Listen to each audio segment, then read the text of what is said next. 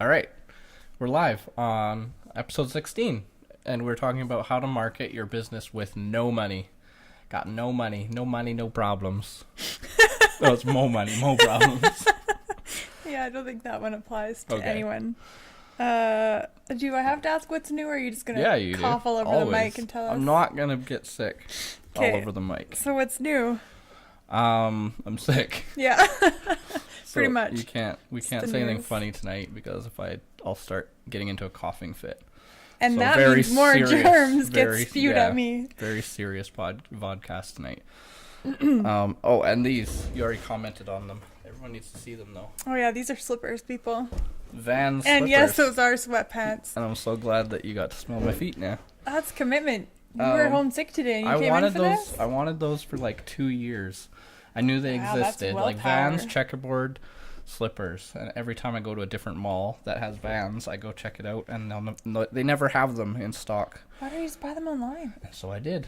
Oh. After 2 years of wanting them, I was like, our first snow day here when I walked to work in snow boots and I had to take them off, I'm like, okay, we're ordering the slippers.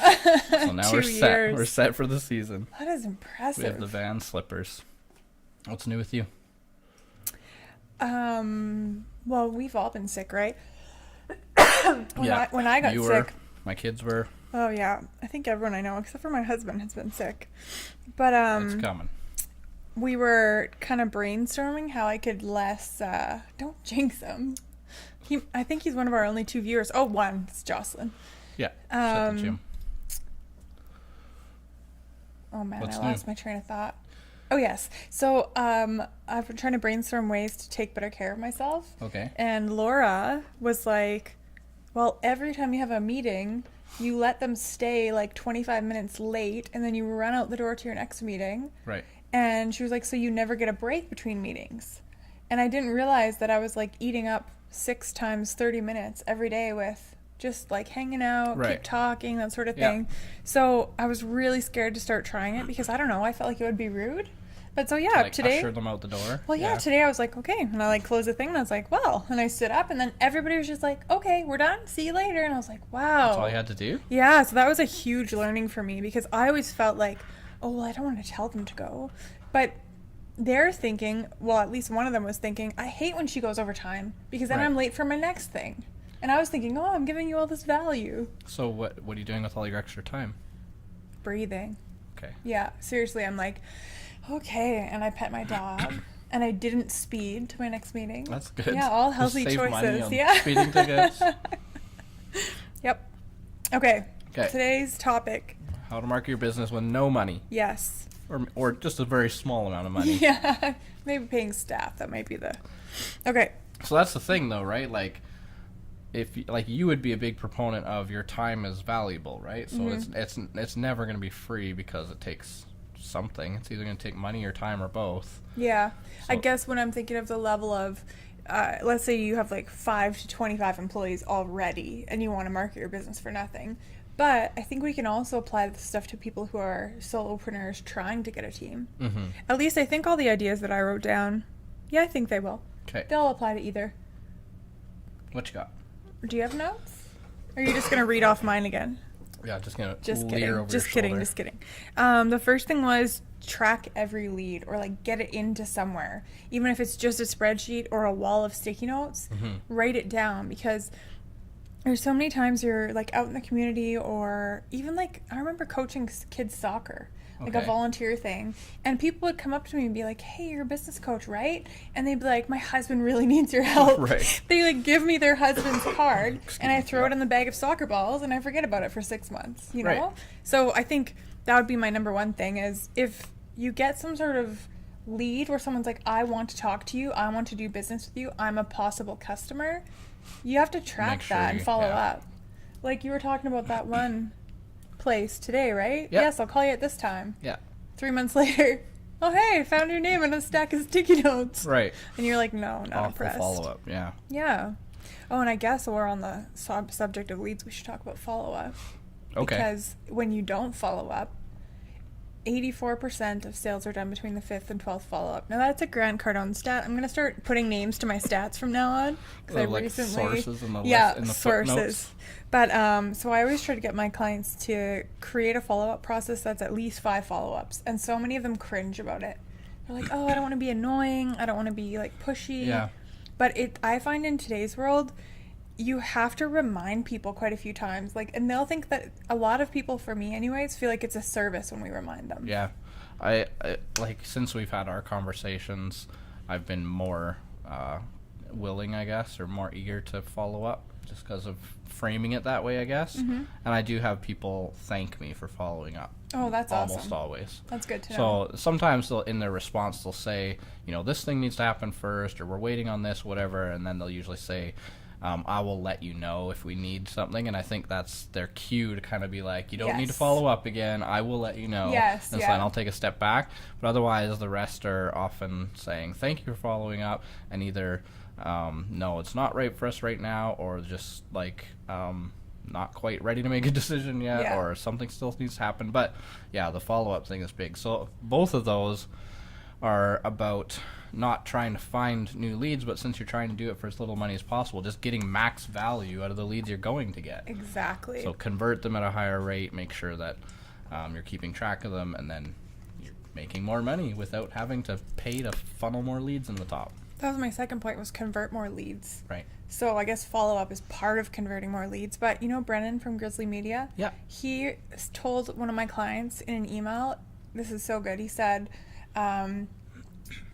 he asked how the website was currently converting because there's no use putting more water in a leaky bucket. Yeah.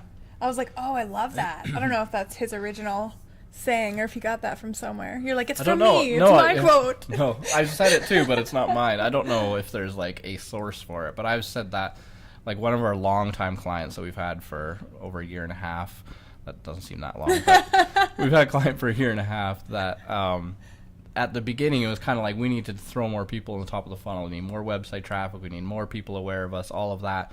And then when I get into his into the back of his business and see the actual, you know, numbers, see that actually you have a pretty good amount of website traffic. If we just converted these people more effectively, then we don't really need to dump more people into the top. Yeah. So that was kind of how I explained it to him, is I'm like, we kind of have two methods we can do here. We can like pour more people on top of your funnel, except right now your funnel's more like a sieve. So like, let's actually turn it into a funnel that converts rather than everyone just like falling out of it. And so that made sense to him too. So apparently that's an analogy that works for people. I'm having the weirdest vision right now of human beings falling out of a sieve. Yeah. So yeah, convert more. And follow-up is one way. What is another way? Because a lot of people, I don't want them to think, oh, that's great conceptually, but like, how does it actually work? How do you do it? So follow-up for sure. If you follow up more times in different ways, like in preferred ways, you'll convert more people. But also ask. Like, if people are saying no to you, just be really humble and just say, I'm trying to improve my service. Would you mind giving me some feedback on why not? Because most times people will happily tell you. Yeah. I would say also having just higher quality follow-up, but also the initial proposal, just putting a lot more quality into that. We've been complimented on how our proposals look, which seems like, I mean, you're just there to find out what we can do and what it's going to cost, right? But we get complimented often on just, wow, your proposals are really nice, and that counts for something. So if you want to convert at a higher rate, just put some time into making really beautiful proposals. Like, we email people a PDF that's anywhere from like maybe 6 at the very shortest to like 20 or 30 pages long of, here's what we're going to do, here's where you're at now, this is our solution, this is how we would roll it out, and finally, you know, this is what it's going to cost, all that. But making it look beautiful, put their logo in it, put examples that are from their industry, like put time into it. And then the follow-up too, making sure that it's not just like, hey, just checking in, if you have any questions, like ask them something or comment on something. I know you just got back from Costa Rica, like just talk to them and find out more about them. Lurk on their LinkedIn and their Facebook and their Instagram and find out where they've been. Use that word. Like, yeah, lurk. Oh, you don't like the lurk word. But yeah, really, like, you know that their kid just had a birthday. I mean, you might not want to be too creepy about it. If it's weird that you know that, did you then take don't. cold medication before this? I have This not is been live, around other Lane. humans This is for like live. 4 days other than my family. So. Okay, so what about people who actually do business like high transaction? High frequency of transaction, or sorry, like large number of transactions, but Oh, low. okay. Like I'm Volume. thinking superstore, like no, not superstore, locally owned businesses, but Right. like people who don't do proposals. They only get a very brief, rare So like the interaction burger with people. shop down the street. Sure, here. yeah, Yeah. yeah. So what about that? What can they do better I think to convert more people? I think almost everyone feels like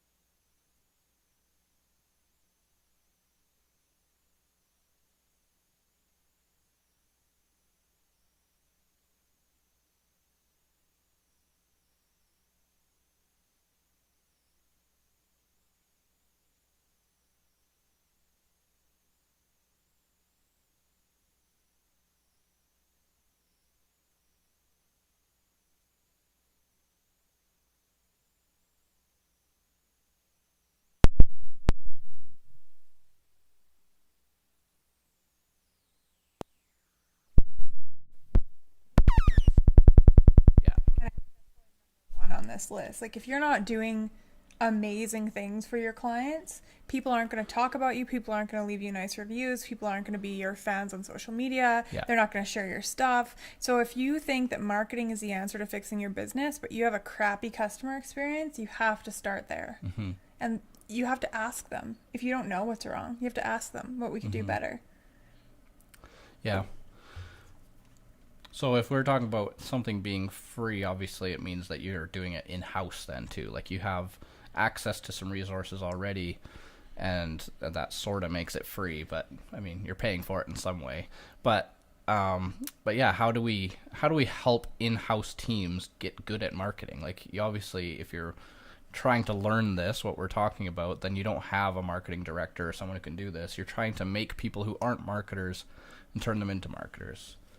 So I think, first of all, most people who aren't marketers aren't tracking leads. They're not tracking conversion percentage. Like if we got 100 leads, what percentage converted? And I don't think they're tracking leads from different sources differently. So like if I got 100 leads from Facebook, but 10 leads from Google Ads, which one has a higher percentage conversion rate? So track the leads, get them all somewhere. I'm not even being funny. Excuse me. That's okay. All that will get cut out of the audio only version, so it's all good. Perfect. Then track your conversion rate on each type of lead source and work to improve it in the ways that we talked about. Make the customer experience better. Do your research. Find out why they're not converting. Make that better. What do you think about? There's a couple that I wanted to talk to you about that I think suck. Okay. That I don't want to recommend, but I wanted to get your opinion on it. Forced networking. I dislike. I really love, service clubs or fundraisers or things that you go to because you have a different purpose. Like Right. you go to something because it's fun, Yeah. or you go to something because you want to support a cause, and you end up developing relationships that maybe those Yeah. will count as networking leads. But I feel like forced networking, I cannot recommend that. It just feels so ugh. So going specifically to an event it's just for the function of handing each other business cards. Yeah, I think, well, number one, I think we're not good at that anymore. I think a lot of people, we're so used to like texting and social media and stuff. It's very awkward sometimes. But I also my experience sometimes with places like that where it's like forced networking, it just doesn't feel right for me. Yeah. And that might just be me, but Yeah, the few times where I've gone to something like that and it worked out is usually because I find like 3 people that I really want to connect with, and we talk for like 40 minutes. Yeah. And that's how I go to networking events, is I come away having met 3 people. Yeah. Not 40. And I've made, you know what, how I met, do you know, so, I mean, it's not something we have to keep anonymous. This is a good thing to say.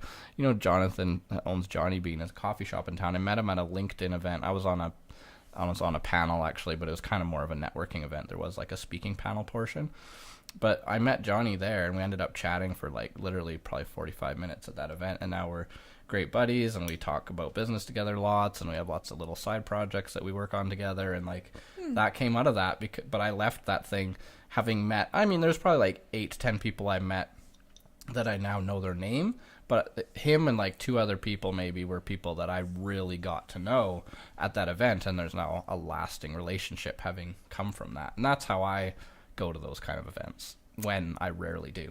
I think it might just be my actual attitude about them. Because I feel awkward because I think that way. Yeah. Do you know what I mean? If I were to go with a different attitude, a more positive attitude, it probably could be different. So maybe for some people, networking could be good. But it has to definitely be for like larger ticket items, I think. Because if you're spending, like, if you're trying to measure your return per hour or your profit per hour or your revenue per hour, I'm not sure that I can see networking being a good hourly marketing activity. So you're saying it should be a bigger ticket item? Yeah. But I don't know. This is just my experience, and I really do. The more I talk, the more I think. Probably that's because of my attitude, the way that I went into it. Yeah, because I've often said more of the opposite with that, where it was like we are more of a, because we are kind of like a boutique agency and we have a small number of clients who we do a lot of work for.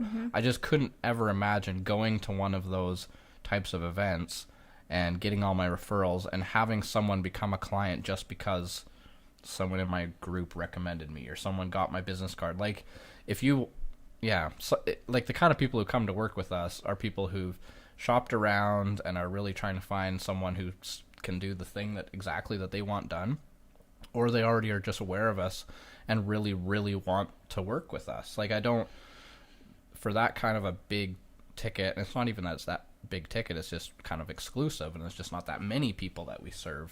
I just don't see many leads coming from someone just pulling out their whack of business cards and being like, okay, where's a marketing company, right? Whereas I would see that where it's like, oh, we need a food truck for an event. All right, who we got, right? Yeah, that makes more sense to me. That's a good point. It's different for different types of businesses. Yeah. What about, that kind of led into the second one that I don't really like, but this is just for me personally. Again, asking for referrals. I have never felt good doing it. Even though I know that I do a really great job, I know that I really help businesses. Anytime that I've ever tried that, and I think it's probably been like 5 times in my entire life, no matter how I said it or how I worded it or what kind of positive attitude I tried to have about it, I didn't really feel good asking. Yeah. I've never done it, and I feel like I wouldn't. Yeah. And I don't know, like, I'm sure there's certainly industries where it would work. Like, I think if you're in the beauty industry, you do hair, nails, something like that. Like, I think it makes sense. Like, would you refer me to your friends? I'll give both of you 20% off next time you come in, or something like that. Like, that makes sense to me. But I don't see that in my industry. I don't think my clients want to be turned into my salespeople.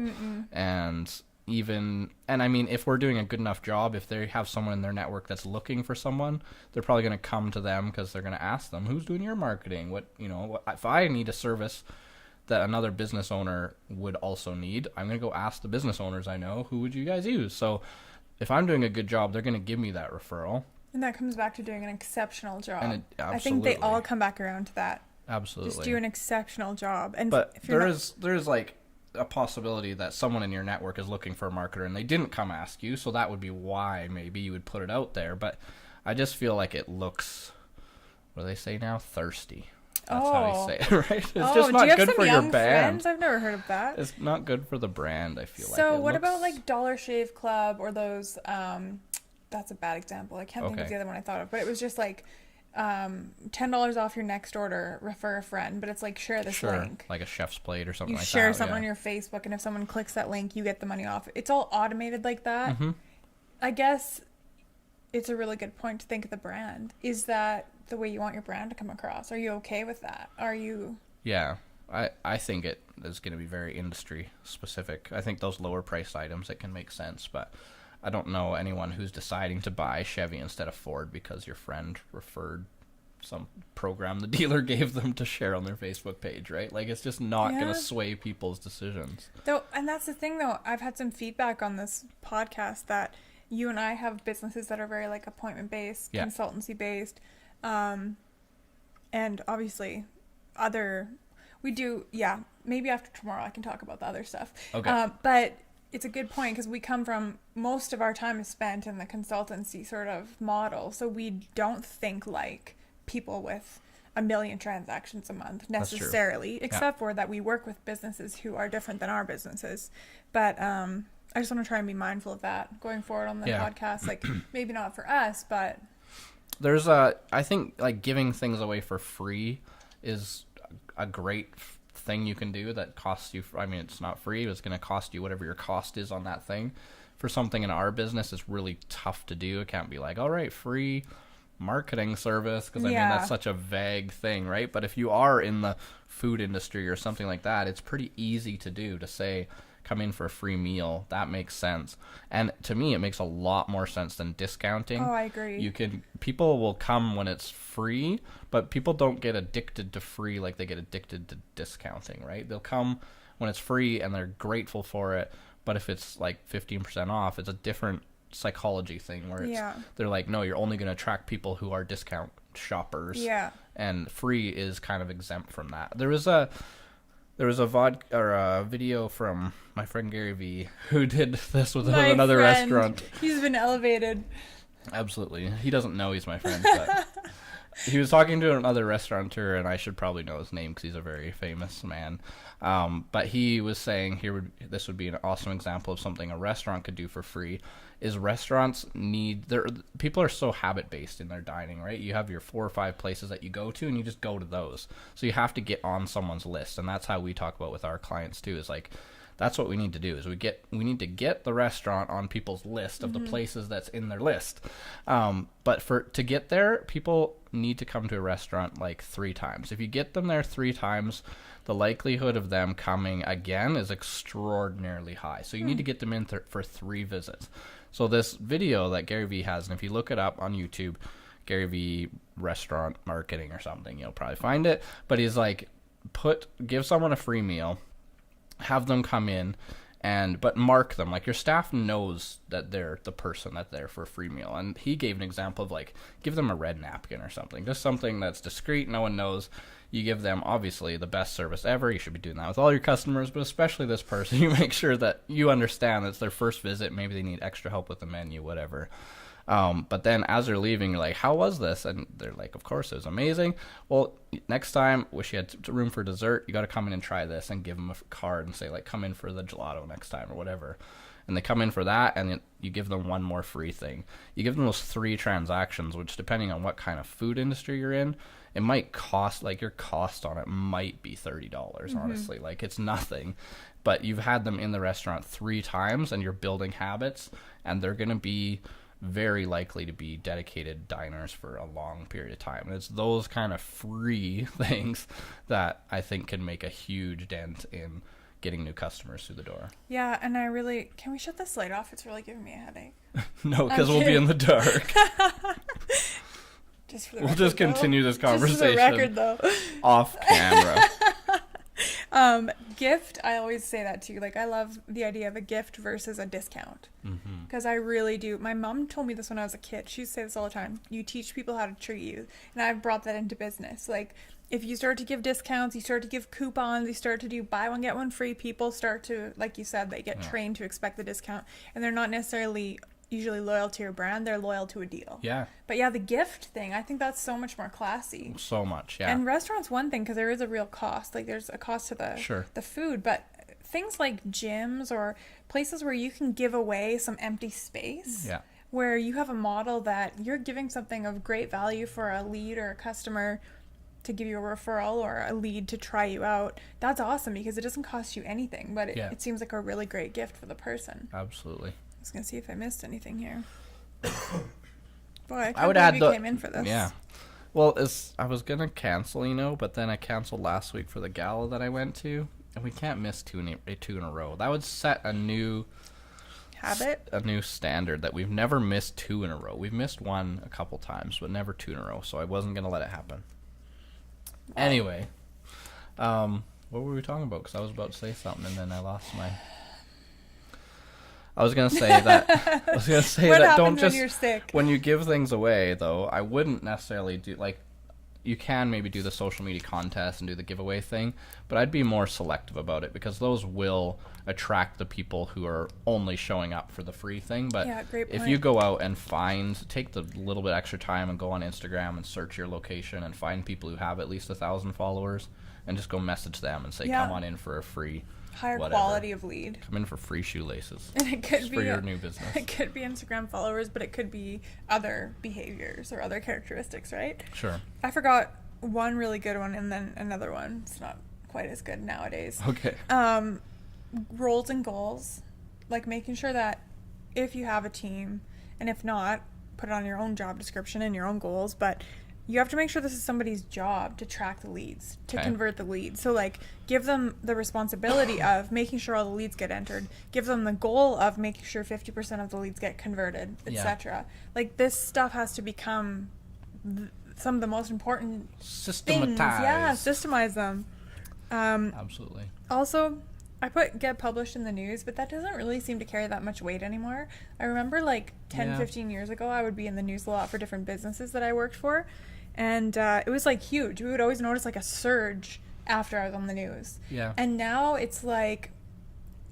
It's good though, like with marketing you need to have brand touches all over the place, and it's just another place you can be. Like, definitely there's no way it's as effective as any other place to be in the newspaper or something, but it's just one more place people can be. Because if you just go all in on Facebook and people see you on Facebook and you're killing it there, that's great, but people just think of you as that brand they keep seeing on Facebook. But then when they see your signage when they drive by, and then they saw that the news was talking about you, and then all of a sudden you've like really permeated every corner of their life, and that's worth something. And that's exactly what all the radio stations and the newspapers will tell you to get you to buy is about the marketing mix, the media mix of having stuff everywhere.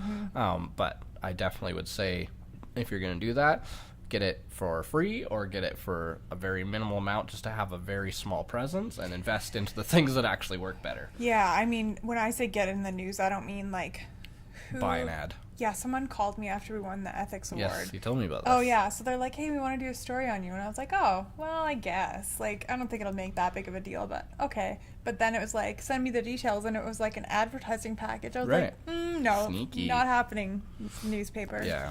No, But it is good to do PR-worthy things once in a while, whether you do some charity thing or a fund run or whatever you're doing. It's good to do something that has some PR worth so that you can reach new people in new places on the news. Also, though, if you have a really wicked mission, like wicked in the good sense, I don't know if the young people say that anymore. Evil? Not evil.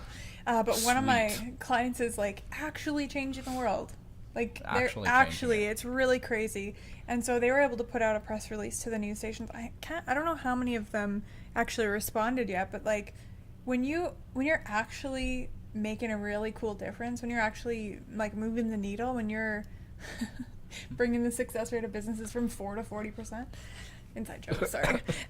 You got to put that in the news. Like, that is newsworthy. And news stations nowadays, they still do want stories. Like, they need them. coming from I like my start Wish I had a initially SARS mask. was in, I washed my hands good and I coughed that direction. So, when I first got started, like, it was in affiliate marketing, but a big piece of that was being kind of a poker. Everyone calls it journalist. I think we're not actually poker journalists. Are not actual journalists. We're just poker writers. But anyways, I have to come up with new content every single day for this affiliate site that I ran that we make money for. If people send you story ideas, The people understand. it is the greatest thing ever. You're like, thank you for doing my job today. It's like if someone came to you and was like, this is what you should post on your Facebook today. You'd be like, thank you. I don't have to come up with that. Yeah, well, if it's good. Actually, so that's the thing. If you have a newsworthy story, like, news journalists are going to love that. They're like, thank you. That's one less story I need to chase today. Yeah, I remember. As long as it's worth sharing. Yeah. I worked at Global TV when I was in my early 20s, and I remember when I, like, realized the behind the camera magic was not magic at all. It's not so magic. They're, like, listening to the police scanners and, like, hunting, like, looking at the other stations to see what they're reporting. So, yeah, like, call the newsrooms. Yeah. Send something to the paper. Like, contact your online news sources. I have a blind CC list that I can copy paste in just for, like, news releases for every, like, all the local news outlets, so all the radio stations, newspapers, magazines, I don't know, all the different media things in town. So I have that when we do have a press release, either for ourselves or for a client, that we can just copy paste that in and it goes to all of their emails. But yeah, that's definitely valuable if you ever do anything that's worth noting on the news. We did it for our grand opening. I don't think it ever Didn't made you get air the mayor anywhere. Here or something? Yeah, we did. The mayor did come, but I don't like it. That could have been because we sent a press release. It didn't go on the news. It didn't go on the radio, it didn't go in the newspaper, it didn't go on TV or whatever, but we just sent a press release just saying, like, hey, we're a new marketing company, we've got this space downtown, we're having this grand opening. It didn't go anywhere, but there's probably going to be people internally that at least you made aware of it. Oh yeah, I saw the mayor with the big scissors. Yeah. Yeah. Those big scissors need to be sharpened. And then I was like, does Lane like the mayor? And then I was just like a whole rabbit hole. But anyways. That's our other podcast. Yeah. We'll talk about. It's not happening. But yeah, that was very helpful. We also did a 24-hour film festival a couple of years ago, and we did a press release, and we had the Herald, the Lethbridge Herald, call like within 24 hours and did a story, and one of the TV stations came down and interviewed me and did a story right away. So it is definitely worth it. You and your 24-hour-a-thon things. I know. You're not a fan of sleep? No. Oh, I think I would die. Not. Okay. So. You want to end this and get out of here. Don't watch this later because I'm like this every time I cough. You want to leave. Did you just wipe a germ off? No. I was because I did that. No, I was seeing like little hairs on my desk. I think that's all my points. All the points have been made. Yes. Everything you need to know about marketing your business with no money has been explained, probably. Well, all the things I could think of since 4 o'clock. So I think I was making the point about you're trying to train in-house staff or yourself to become marketers when you're not a marketer. Mm-hmm. Just know that there's a ton of amazing resources online to learn this stuff. Like for free. That's a good point. And it's not just that there are free ones, and I guess that'll do because you don't have money. Some of the best stuff out there is free because by the time someone in a big organization turns it into a curriculum and makes a video and sells it and does all this stuff, there's so many steps and marketing moves so quickly that some of the best stuff you can get is the free stuff. Yeah. Don't feel like you're getting an inferior product. Like Social Media Examiner. That's a good Social Media Examiner is a great. So you could sign up for their email, Social Media Examiner. Also, like my website, does your website have free resources? We put our best free resources on our website. I have my blog there. That's about all. Just because some people, well, we know a lot of people aren't going to be paying clients, but we still want to further our mission. Yeah. And a lot of companies are like that. They do put their best stuff on their site for free. There's so much free information on there. So search, take some time and learn, or get your staff to. Absolutely. Oh, one more point. If you're hiring staff, or if you are like looking to use marketing to grow your business, grow your team, expand your company, make sure that when you're hiring people who can learn. Yes. I think that's the number one. Like, they have to be able to learn new things. Yeah. Because if you get somebody who just... I've had somebody work for me before where they just needed you to like spoon feed them everything. You're in big trouble. But if you hire somebody who's like, I'll Google it. Yeah. And they figure it out. I'll find a solution. Yeah. I.e. Laura. That's what you It's need. like, oh, did Lane get back to you? No, I Googled it. I was like, oh, why didn't I think of that? You're so young and smart. That's what they always say on Dragon's Den. He's not coachable. You don't get the deal if you're not coachable. If you're stubborn and are just stuck in your ways and you're like, I know better, you gotta be coachable and good at learning. Yeah, that's not a good client. Quick tip. Go for it. Track every lead and your conversion and improve it first before you start doing other marketing activities. Look inside, figure out how many leads you're getting from which places and what percentage of those leads are turning into clients. And then up the percentages before you try to get more leads. Yeah. Because it's just like, I really love that, the way Brendan said that water in the bucket, a leaky bucket. Yeah. Maybe Brendan doesn't get credit for that. I don't I'll have know. to Google Someone that later. does. Well, I'm going to Google it now. It's a good analogy. Everyone can use that. No attribution required. I don't know. Creative Commons. Are we good? I can do mine? Pouring water on a grease fire. No. Not that. Not that one. Are you done yours? Yes, I'm just looking up this quote. Sorry. Okay.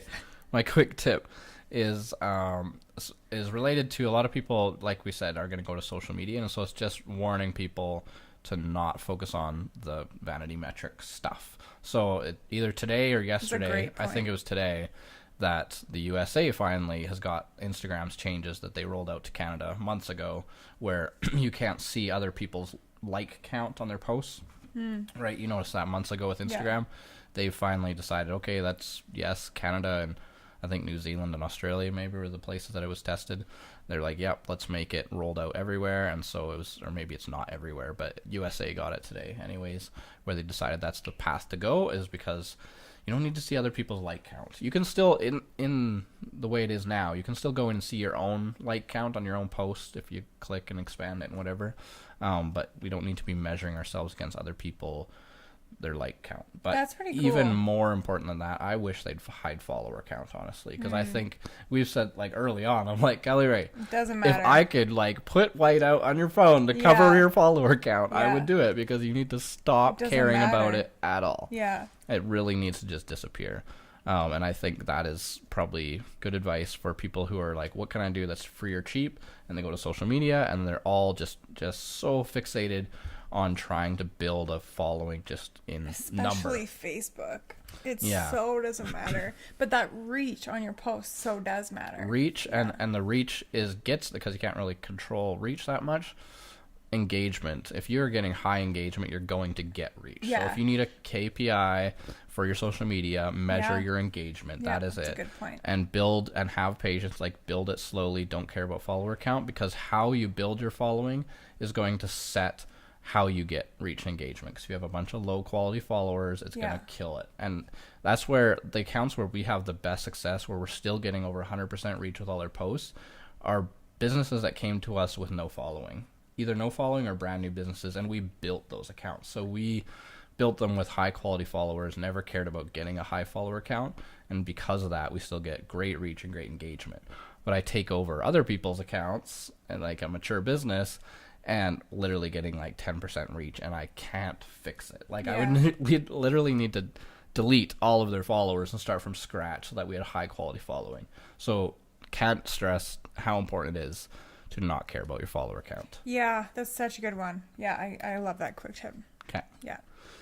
All right. Okay.